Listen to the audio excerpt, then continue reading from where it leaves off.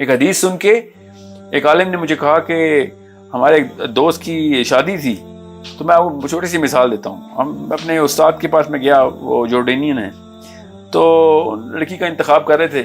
تو اس بندے نے کہا کہ بڑی اللہ والی بچی ملی ہے ہمیں جی. ان کے والد صاحب نے کہا، تو انہوں نے کہا کہ کیا نشانی دیکھی آپ نے ہونے والی بہو میں؟ تو انہوں نے کہا یہ بڑی دیندار ہے.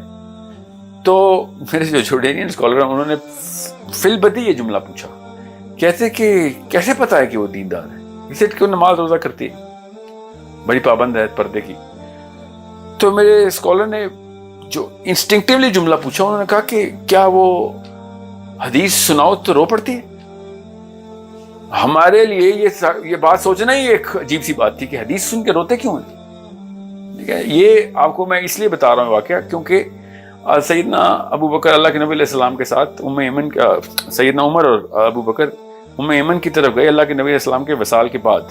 تو انہوں نے آپ پوچھا کہ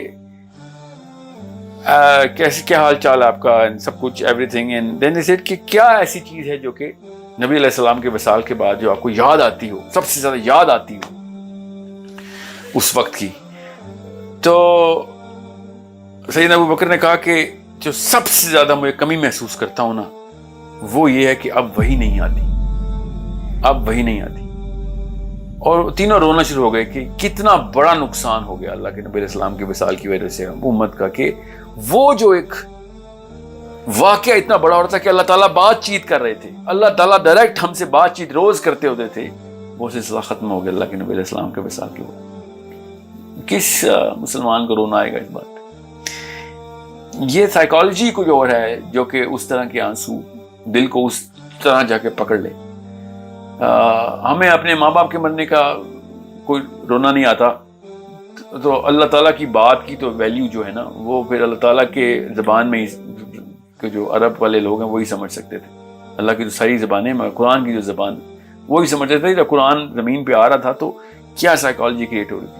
But as I said, there's so much that we have done wrong, but it started with us leaving and divorcing the language of the Quran.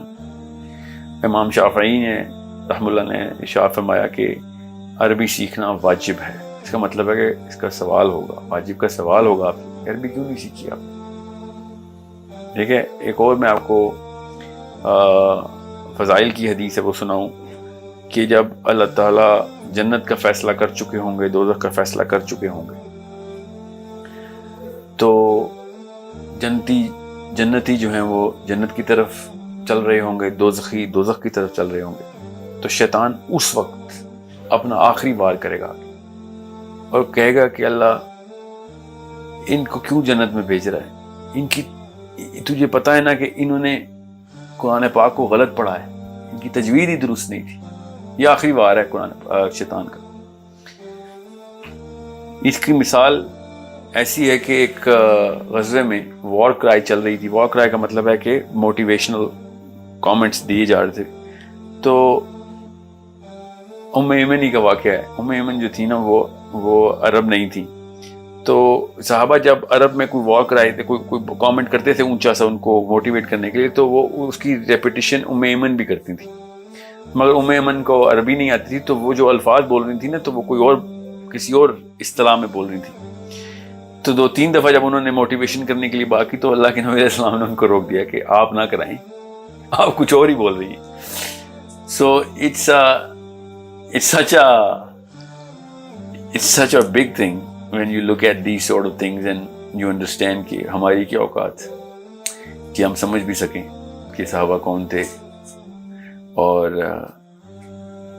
میں جاتے جاتے ایک فرق بتا دوں ایک عام امتی اور صحابی میں، کہ ایک سچا خواب ہے جو کہ کافی لوگوں کو آیا ہے. علماء بیان کرتے ہیں اس خواب کو. ایک شخص نے آگے خواب سنایا اپنا، اور اس نے کہا کہ میں نے دیکھا کہ میں ایک جیپ میں پہاڑ کی اوپر کی طرف جیپ چلاتے ہوئے لے کے جا رہا ہوں جیپ کو، اور میرے ساتھ نبی علیہ السلام تشریف فرمائے، اور پیچھے ابو بکر، عمر، عثمان والی بیٹھے.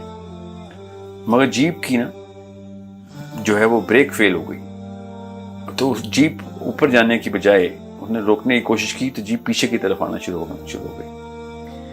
وہ شخص کہتا ہے کہ میں پھر اسی وقت نکلا اور میں پتھر ڈھونڈنے کے لیے گیا کہ میں پتھر سے ٹائر کو نیچے پتھر رکھ دوں. وہ پتھر کہتا میں نے ڈھونڈا اور پتھر لے کے آیا اور جیپ کے ٹائر کے نیچے رکھنے لگا تو دیکھا کہ ہر ٹائر کے نیچے ایک ایک صحابی نے اپنا سر رکھا ہوا.